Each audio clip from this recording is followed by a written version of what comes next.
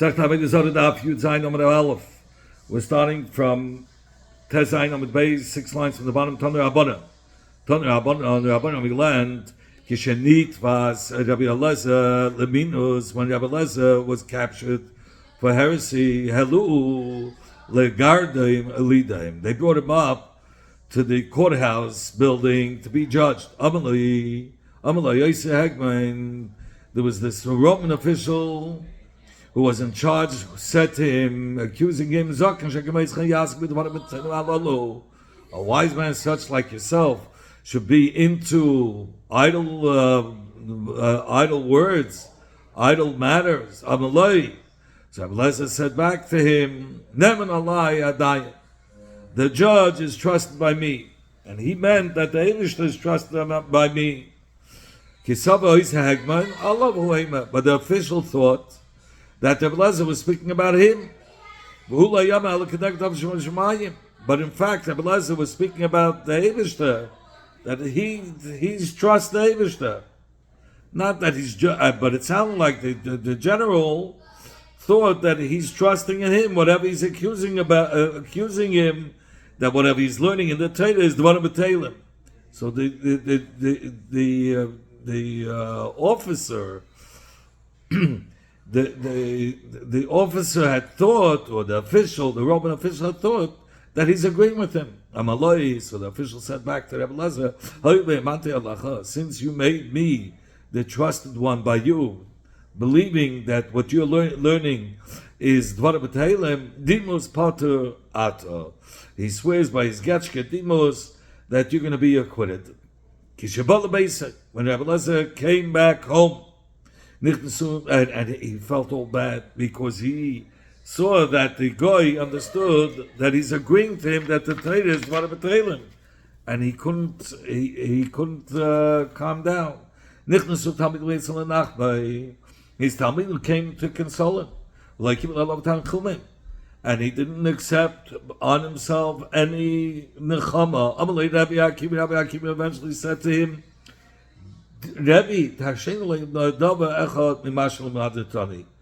Rebbe, allow me to say one thing, what you have taught me.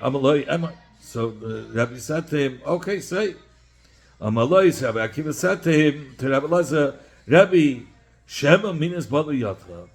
Maybe a minus, a heresy came to you, and he repeated something to you. V'hanoch, and you had enough from it. V'olav nitpasta, and on the account of that, you were seized and nearly forced to be able to make the zara on the laws. So Rabbi Eliezer said to Rabbi Akiva, Akiva hiskatani, Akiva, you have reminded me, Pamachas, once I was walking in the upper market of Tziperi, and I met with the one, a heretic, and his name was Yaakov of Kfar Sechanya. Amali said to me, it's written that you shouldn't bring the money or the animal that she was hired for znuz to use for hakrov in the Beis Hamikdash. Ma'alas is how you many Beis Hakis gadol. But what's the halach benageya using? Let's say she got material to be able to build as money to hire for adultery, for znus. So what is the halacha? Could we use that material, making it of this zaina, to build a toilet for the Kohen Gadol? And I said nothing to him, because you're not allowed to answer Amin. Amali, however, the mean, the heretic said, Kach limadatani. This is how it was, limdani. This is what I was taught.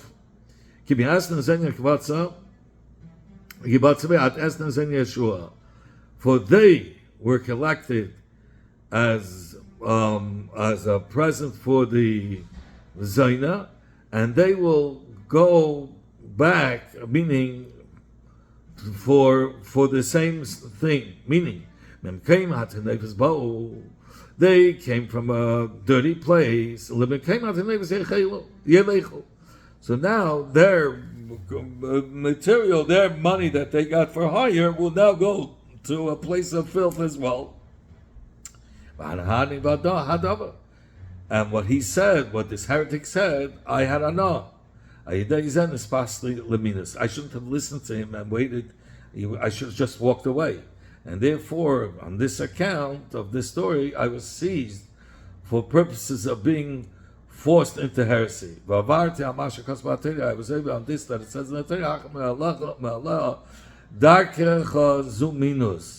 it says this in yourself from her, meaning from minus.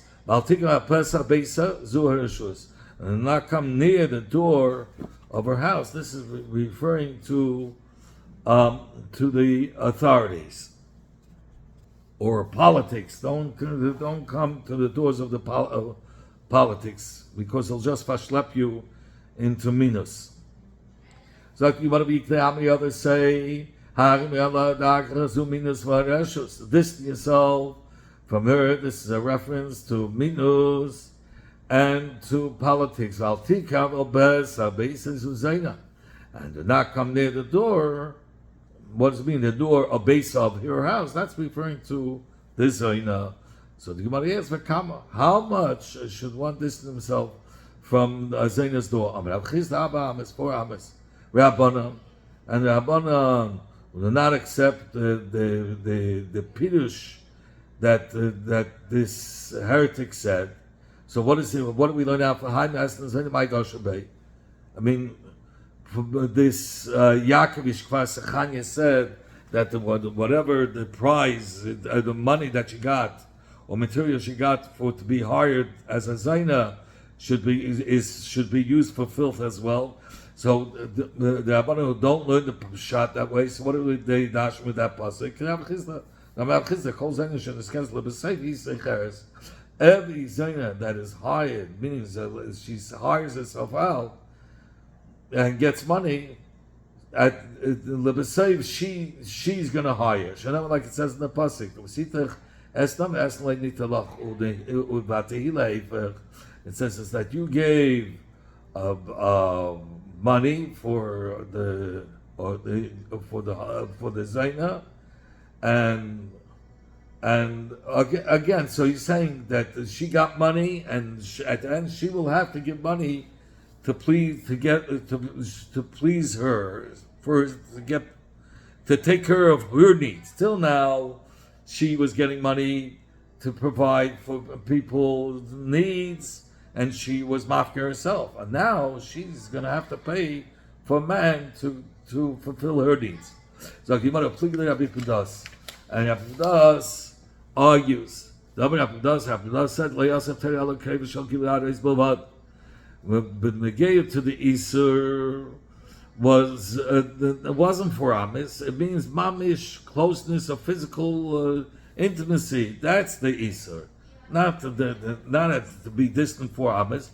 Like it says in the pasuk, Ishish el kol she'eib sari l'sigul erva.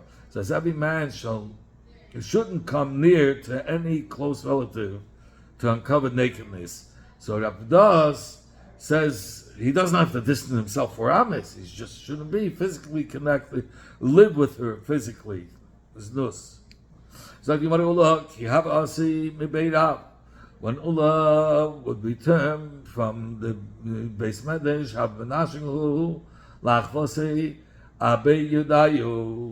he would kiss his sisters on their arms. They brought him up. Others say that he kissed them on the chest. But Ula's actions contradict with his own teaching. Ula said, any sort of closeness between a man and a woman, which is asa to him, is forbidden. Mishum, because we learn everything out from Nazir, and just by the Nazir, it says lech amnon Nazir, go away. We say to a Nazir, go around, do not come near to a vineyard, and the Isa for him is to drink wine, but we make him distant further. From there we learn out, just like by another we distance him from even coming close to the Isa, so too, the Ula held by a Zaina, you have to be distant, not being physically close to her, living with her. He says even kissing is forbidden, you have to be distant for her. Laluk is like a leech. It says Shteibanas Havhav has two daughters that say give. What is the pshat of give? It said there's the voice of two daughters who cry out for Gehenna. They cry out in pain from the terrible tsar they're suffering in Gehenna.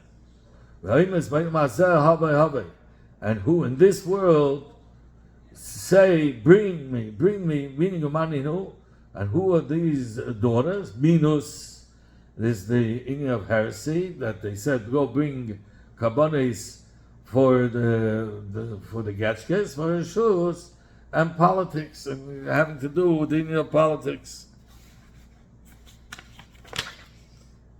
Okay, so sagt die Gemara, ich damni, aber hab gesagt that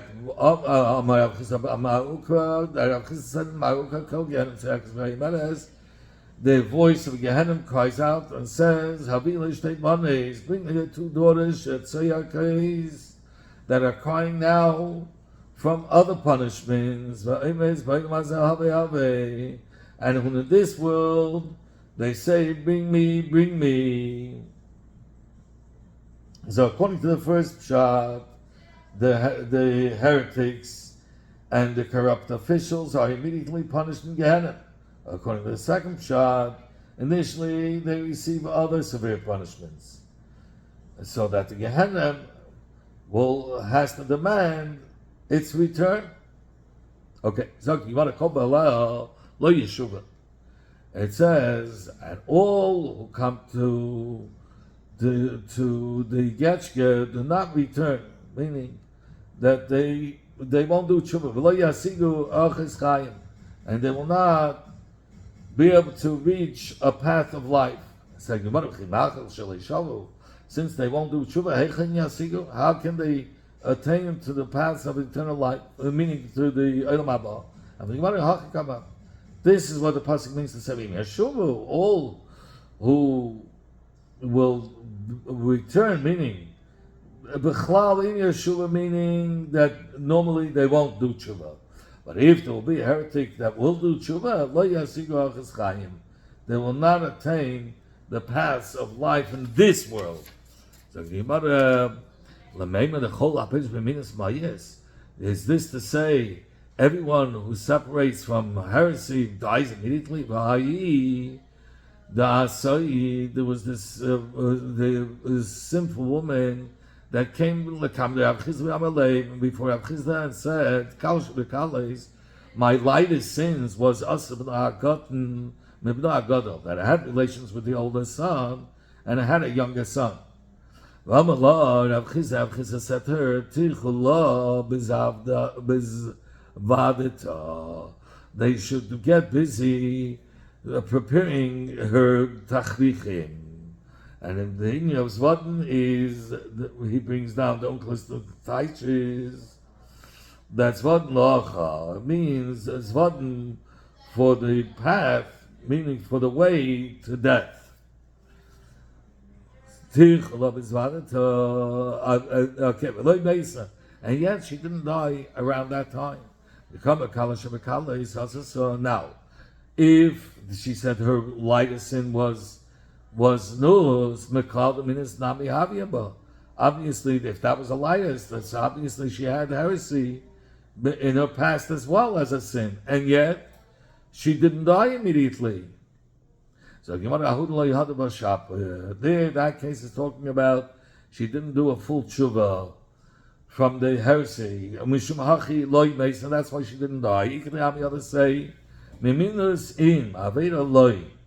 that of heresy, one dies immediately, but of adultery not, or immorality not.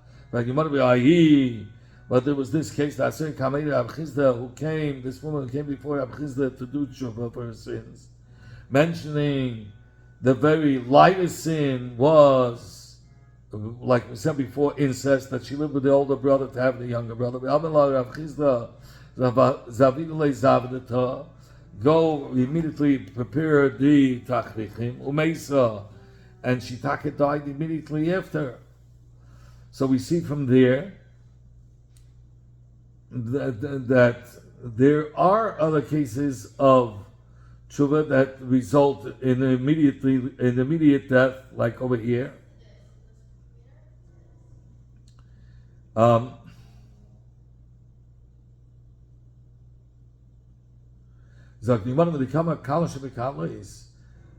the woman said that her very lightest sin was incest, you can imply that there was also minus, heretic. So we could say she died from the heretic, not from the znus. Is it really so that when one repents of Avoda of immorality, he doesn't die shortly right after? By the time we learned the they said about Rebbe Elazar ben Adaya that that he did not leave even one zayn in the world without living with her. One time he heard that there was a particular zayna in one of the overseas cities, and they tell us the and she would take only a purse that was filled with coins for her fee. Not all keys dinar v'halach. And he took a wallet full of coins, and he crossed 7 rivers along the way for this zayna. Later, at the moment when he was about to have conversation with her, so the zayna blew with her mouth and said to Elazar, "Kishem shafichazu." Just like this blowing,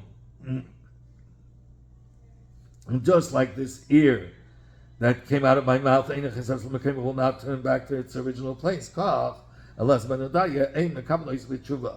So too, Elazar ben Adaya's tshuva will not be accepted. Where thereupon Elazar ran or went and sat between 2 mountains and hills. He said to the mountains and the hills, mountains and hills, daven for me, for Achmanis for me, from above. So they said to him, until we daven for you, we have to daven for ourselves, but we're not in good shape either. For the mountains will wither or wither away, and the hills will falter. Elazar ben Adaya said, he said, the heavens and the earth should daven for me. So they said to him, we're also not in a great situation. Before we can daven for you, and the we have to daven for ourselves. Like it says in the pasuk, like the heavens will dissipate like smoke, and the earth will, from the earthquakes or whatever, the earth will be wear out like a garment.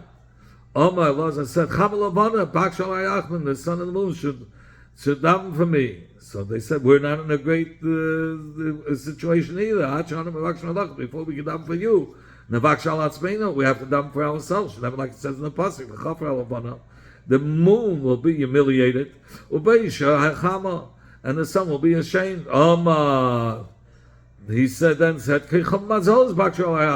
the stars and the constellations daven for me. So they said to him, until we daven for you, we have to daven for ourselves. Like it says in the pasuk, and all the hosts of the heavens will dissolve. So he saw that he has nobody to dam for him. He says, this is all dependent on me. I have to take care and dam to Hashem. He thereupon placed his head between his knees. And he burst out crying until the neshama left him. A heavenly voice issued and announced. Is ready for the Olam Haba, but here, what do we see? Rabbi Lezer was involved with tshuva of what? Of not heresy, of immorality. Umis, and yet he died immediately. So there also, since Elazar was so attached to this specific sin, it was like involvement with heresy. Since he held it so strong, so it was like a heresy. Rabbi cried and he said, there's one who acquires his place to the Olam Haba to many years of spiritual work, hard work, and suffering. And then there are those that could be in one single moment. It is not enough that you accept the tshuva in Olam Haba. You also call him Rabbi. And everybody asks the Shaila, what is he a Rabbi of? I mean, he didn't learn anything. Rabbi Chanina and Rabbi Yonasan were traveling on the road. And they reached the two paths, meaning there was a fork of the road. They could go to either path. One path opened onto towards idol worship, passing over idol worship. And one path was the door passing a Batei Zainis. One of them said to his friend, let's rather go past the Avoda Chavim.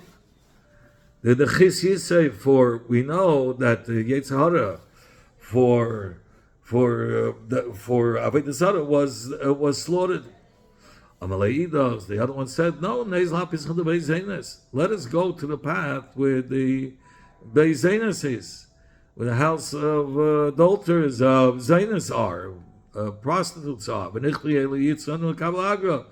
and we should subdue our Yetzirah for immorality and get reward. When they reached there,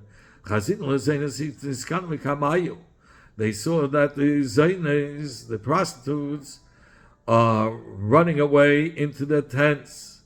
So the Chacham, who had suggested taking the path past the Batei Zainis, said to his friend, how none lacha, from where was this known to you?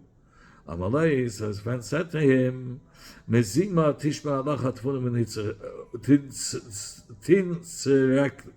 tinsereka.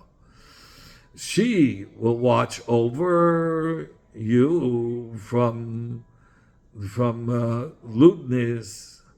So understanding, meaning that it will, the tfuna means understanding, will guard you. My mezima. What is the meaning of the word mezima in the first word of the pasuk? If you say means Torah, the chsiba zima, since it's written elsewhere zima, and we translated the council of sin.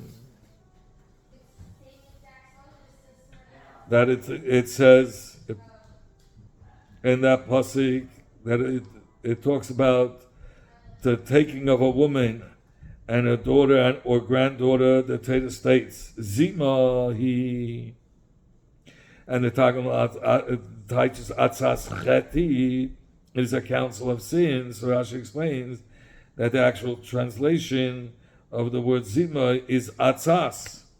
Okay, Uksiv Hivli Eitza Higdol Toishia. And it's written, One is the Eitzah, and great is his wisdom, where we find the Eitzah is simon for the Torah, is referring to Torah. Yihachi, if it's referring to Torah, protects. Yihachi simon v'yalei. It should have said the word zima, not mizima. Zima will watch you. Zima meaning a Torah will watch you. So why does it say mizima? I mean, the pasuk actually means znus. Midva zima. Mizima means from the matter of immorality. Tishma alacha Torah. Tishma alacha Torah tintzikana. That meaning that Torah will watch over you. When Rabbi Lazar ben Prata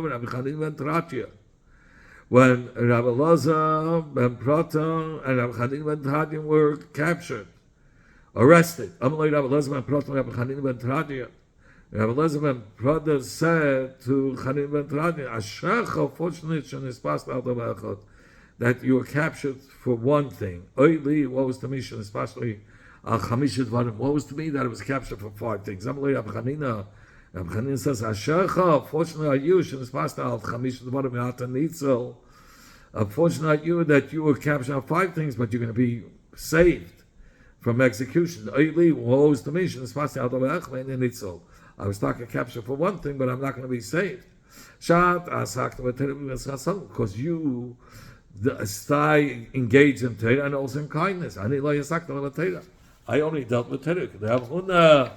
Like Rav Huna said, whoever's only Eizim Torah, is like somebody who has no God. Like it says in the pasuk, many days passed by for Yisrael without a true God. And without Torah, well, what is man without a true God? Whoever is only in Torah, is similar to one who doesn't have a God. Now, Chanina didn't act and didn't do acts of kindness. Rabbi Lezben Yaakov says, a person should not give money for tzibur, money for the tzibur. Ella im came the Munah of Talmud Chacham Rabbi Chanin ben Tradyan. Only if there's a Torah scholar like Rabbi Chanin ben Tradyan who's appointed over the tzedakah. And so you see that he was engaged in doing tzedakahs and collecting tzedakahs. Yeah, he was trusted. He didn't actually perform. They said if you want to give tzedakah, to wish and give tzedakah to a place where you have a trustworthy memuna of it, like a trustworthy person as Rabbi Chanina ben Tradyan. Anyway, in fact, what about Tanya? You're saying I'm doing a Avoda. Okay, so in fact, what about Tanya? When Rabbi Chanina said to Rabbi Yosef ben Kisma, "Ma'is shal Purim nischafli v'ma'is shal tzedakah." I once, by mistake, switched the Purim money that was made for the Suda, and I gave it for the general Aniyim, not specifically for tzedakah. You're not allowed to exchange it. I distributed it to the Aniyim. When I realized my mistake, I distributed the Purim meal to the regular poor people. So I took out from my own pocket to put it back for the Suda. So you want to have it of it. As for performing acts of kindness, Chanina certainly did. But however, he didn't perform in Visvadav like he should have, because he felt that the quality of his acts of kindness were not 100%. And Chanina assumed that they would not protect him from being executed. The Romans brought up Rabbi Elazar ben Prata for trial. He said to him, "My time of Tanis and my time of Ganaft. Why did you study Torah, meaning which is in the Sefer of learning Torah, and why did you steal?" He said to them, "Listen, if the accusation is a sword that I'm a Ganav needs a sword to be able to steal. It cannot be a book. It cannot be I was learning, because both trades, the Mashra says, are at nighttime. So it cannot be both in the same time. Isafra. And if I'm occupied in the book, it cannot be I was occupied with the loy cipher, I was occupied with stealing. When the halaisa, and therefore, since this charge cannot be true, hanami leisa, so the other charge is also not going to be valid. So the Gemara, my time at Konolach Rebbe, why do they call you Rebbe? If you're not into Torah, he says, Rabbi Shatasiyim Oni. Rabbi Lazar replied that I'm a master of weavers. Isolate. They said, oh, really? Isolate Giburi. So the Romans brought him 2 reels of thread, Amilay, and they said to him, Hi the Shasim, hi the Heva, which is the reel of warp, and which is the meaning going horizontally, and which is the one that goes vertically. Hashem made a miracle. Says a female bee came and sat on the reel of the warp. Says and the male bee came and sat at the reel of the wolf. So when he saw the female, because the female is the receiver, and the wolf, the man, is the one that goes in. So Amalahu, he said that hi the shasya, this is the shasya, this is the shasi, and this is the arif.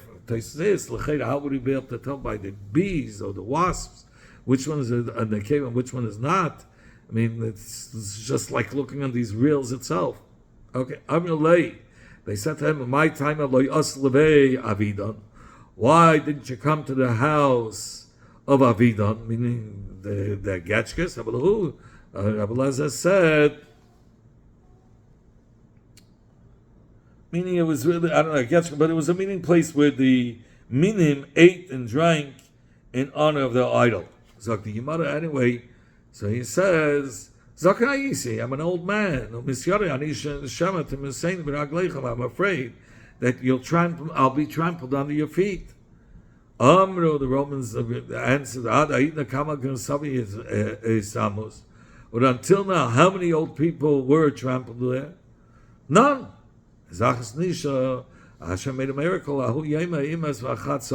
on that day, very day, old man was trampled. My time called Shavakt. So the Romans asked, and why did you let your Avid Kanani go free? Obviously to get him to do a mitzvah. Because that's what he wanted. Why'd you give him a get shichra? So as the Gemara,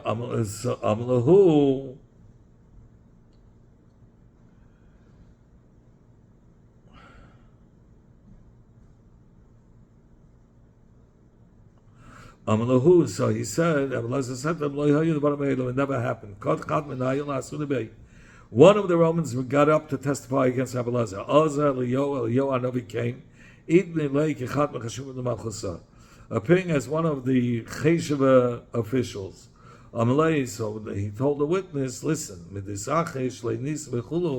since a miracle happened for Abelazar in connection with all the other charges, and this he'll also have a miracle. And that in this it is the wickedness of this man, meaning this witness, that will be seen by all. So don't do it. Nevertheless, this Roman officer didn't listen to Eliyahu. Come lahu, and stood to address the judges. Whereupon there was a written communication from important officials of the Roman government that had to be sent to the emperor's palace in Rome. And they saw him standing, so they said they sent it to this man who wished to testify against Rabbi Lazar, and while he was traveling on the road with the letter, Eliyahu came and paske arba meya pasi, and he threw him 400 pasi azvalayasa, so that he went and did not return to testify against Rabbi Lazar ben Prasa.